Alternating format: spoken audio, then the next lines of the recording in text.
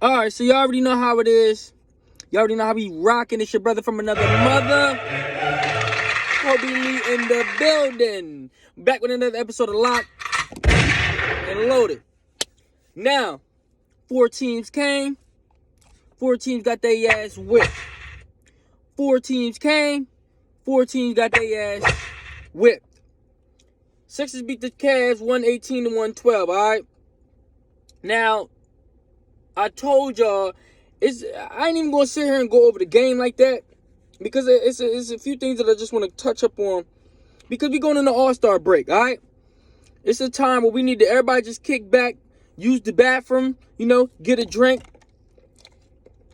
I got to keep the root beer locked and loaded. Got to keep the root beer locked and loaded. All right, I'm going to make this real quick because I just got off of double. I'm hungry, and I just cashed out.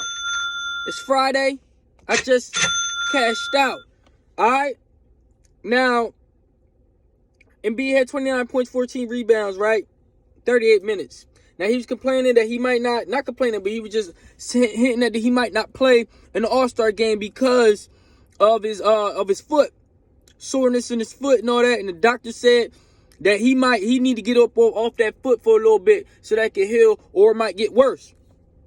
All right? Listen to them damn doctors. Please, listen to them damn doctors.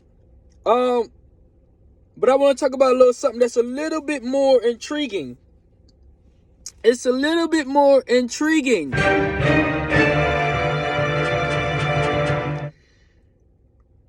Sixers signed Dwayne Dedmon.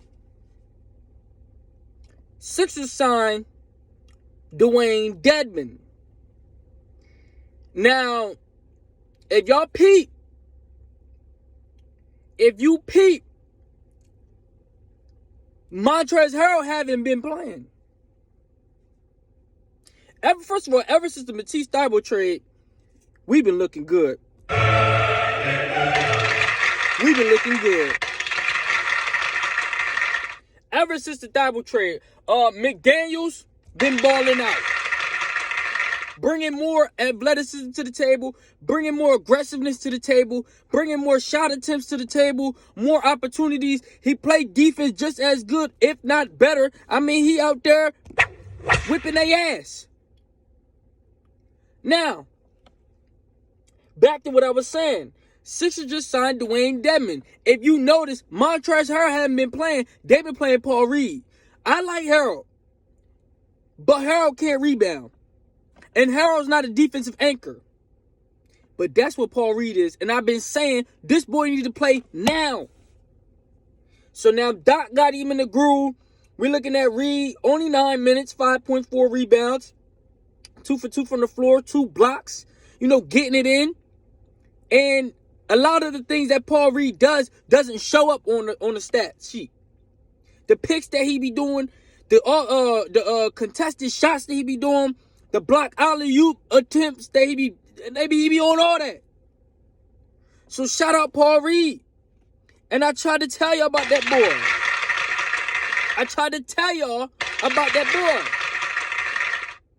That boy, when they call his name, he locked and loaded. All right. Now, let's see here. I think that with this Dwayne Dedmon move, Harrell might be out the door.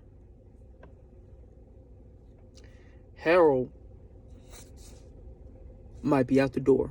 Look out!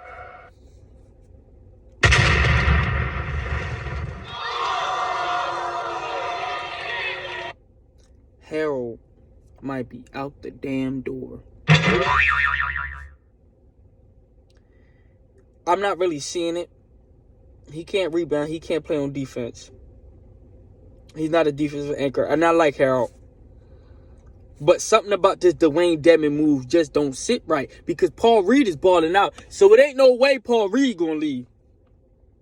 If the Sixers drop Paul Reed, I'm out. I'm out. If we drop Paul Reed, I am out. Harden, Embiid, Max, I don't give a damn. Y'all drop Paul Reed, I'm out. Because I told you about Isaiah Joe, and he leading the league in three-point shooting percentage. I told you about him. So, Embiid scored his little 10,000 point, not little, but that's what's up. First fastest in franchise history. Took him 373 games. Allen Iverson took 378 games. Which is going to the theory of Embiid will be the best Sixers to ever play. In my opinion, he just needs the MVP, but he keep getting disrespected by Jokic, in which he just dropped a 40 burger and like 18 boards on Jokic. I mean, he kill Jokic every time he play him. Whether we lose or win, and B always go off on him. So there ain't nothing. We was up, 28 points in this game. But that was just because Mitchell and Mobley wasn't doing nothing in the first half. Mitchell ended up scoring 25 in the second half. And then Mobley, he was like 0 for like 7 or 0 for 8. Something like that in the first half. And then he finished the game with 23 points, 9 rebounds. So he was 9 of 19. So in the second half, them two boys kicked up. Darius Garland, he been out there working. I ain't gonna lie. I like Darius Garland. You know what I mean? I ain't gonna lie. Danny Green.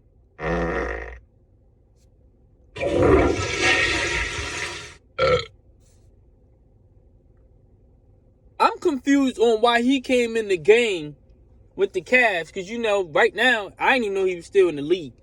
He been moving around from team to team. You know, from spot to spot, house to house. You know, from couch to couch. And, we gave him a standing ovation. What has Danny Green really done for the Sixers? I'm confused on why did we think Danny Green was locked and loaded? What did Danny Green really do for us that he deserved a standing ovation when he got in the game? We've been getting dropped off in the second round without him. What has he done? Average what? 3 points? So I was confused about the Danny Green standing ovation. It really didn't make no sense to me. Alright. I think that okay, so Harris seemed to find his game in these last little 4 games. Alright, that was a good little note. Harris going on into the All-Star joint. 13 points, 5 of 8 from the floor, 3 of 4 from the 3-point line. Maxey giving you your 16. I still think Maxey should start, but that's nor here nor there. Let me see. So we the 3rd seed. They was the 4th seed, so don't sleep on Cleveland, all right? That's a possible playoff matchup. So I'm liking what I'm seeing from this team. Ever since we got McDaniels, we've been cashing out. Ever since we got McDaniels, we've been locked and loaded. All right? So, yeah, we go into the All-Star break with the 3rd seed. Next game will be February 23rd against Ja Morant and the Memphis Grizzlies. That's going to be a great one. First test out of the All-Star break. Let's see what we got going on. Keep playing Paul Reed. And if they going to keep disrespecting Embiid with the MVP, I know y'all want him to get it. But at what cost? I don't want him to get hurt and then still don't get robbed out of it. You know what I mean? Because Jokic clearly ain't better than Embiid. But I don't want him to get robbed out of it, and then you overused him, and then now in the playoffs, he ain't 100%. So I would say if you gonna rest Embiid and you gonna load manage Embiid, then it's time to start starting Embiid. I'm starting Paul Reed. It's time to start starting Embiid, Paul Reed, and resting Embiid. We need him for the end game. Alright? And then off the bench, you can bring in your Dwayne Dedmon. I think Montrezl Harrell is out. I think he's out of the rotation. I think he might get a couple more chances to, earn those minutes back. But as of right now, us picking up Dwayne Dedmon and the way how Paul Reed is playing, I think that it's over for Harrell and his team. I think he could still be a locker room presence, still be a bench or sitting on the sideline, presence. Still brings us some, toughness. I like Harrell, I do. But you're not a defensive anchor. So if you're going to be in there, you got to be in there with another big man. You see what I'm saying?